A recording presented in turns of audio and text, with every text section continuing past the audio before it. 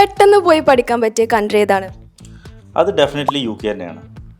Okay, അങ്ങനെയാണെങ്കിൽ U കെയിൽ പോയി പഠിക്കാൻ മിനിമം റിക്വയർമെൻറ്റ് എന്തൊക്കെയാണ്? അത് നമ്മൾ ചൂസ് ചെയ്യുന്ന കോഴ്സിനും യൂണിവേഴ്സിറ്റിക്ക് അനുസരിച്ചിട്ട് വ്യത്യാസം ഉണ്ടാവും. പിന്നെ 60% മാർക്ക് ഉണ്ടെങ്കിൽ IELTS ഇല്ലാതെ തന്നെ നമുക്ക് UK പഠിക്കാനുള്ള ഓപ്ഷൻസ് ഉണ്ട്. യു കെയിൽ സ്കോളർഷിപ്പ് അവൈലബിൾ ആണോ? ഉണ്ട്. യൂണിവേഴ്സിറ്റികളിൽ മിനിമം 2 lakh സ്കോളർഷിപ്പ് പ്രൊവൈഡ് ചെയ്യുന്നുണ്ട്. പിന്നെ നമ്മുടെ മാർക്കിനനുസരിച്ചിട്ട് അത് 6 lakh 10 lakh വരെ സ്കോളർഷിപ്പ് കിട്ടും.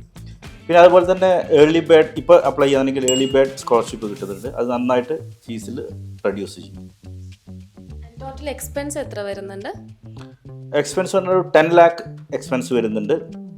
പിന്നെ ഇന്നർ ലണ്ടനിലാണെന്നുണ്ടെങ്കിൽ ലിവിങ് എക്സ്പെൻസ് ഏകദേശം 13,000 pound വരും. അതുപോലെ ഔട്ടർ ലണ്ടൻ ആണെന്നുണ്ടെങ്കിൽ ഒരു 11,000 pounds ആണ് വരുന്നത്. സ്റ്റേ ബാക്ക് എങ്ങനെയാണ്? ഒരു 2 to 3 years stay back provide ചെയ്യുന്നുണ്ട് UK. ജോലി സാധ്യത ഇഷ്ടം പോലെ ജോലി സാധ്യത ഉണ്ട്. ഇപ്പോഴത്തെ കണക്കനുസരിച്ചിട്ട് ഏകദേശം 1.7 lakh IT മേഖലകളിലും അല്ലാത്ത മേഖലകളുമായിട്ട് 1.7 lakh ജോബ് ഓപ്പർച്യൂണിറ്റീസ് ഉണ്ട് UK. സോ ജോബ് ഓറിയൻറ്റഡ് ആയിട്ടുള്ള കോഴ്സിനെ കുറിച്ച് അറിയാനും സ്കോളർഷിപ്പിനെ കുറിച്ച് അറിയാനും ഈ അപ്കമിങ് ഇൻടേക്കിൽ ജോയിൻ ചെയ്യാനുമായിട്ട് ഇപ്പോൾ തന്നെ GSL കോൺടാക്ട് ചെയ്യാം.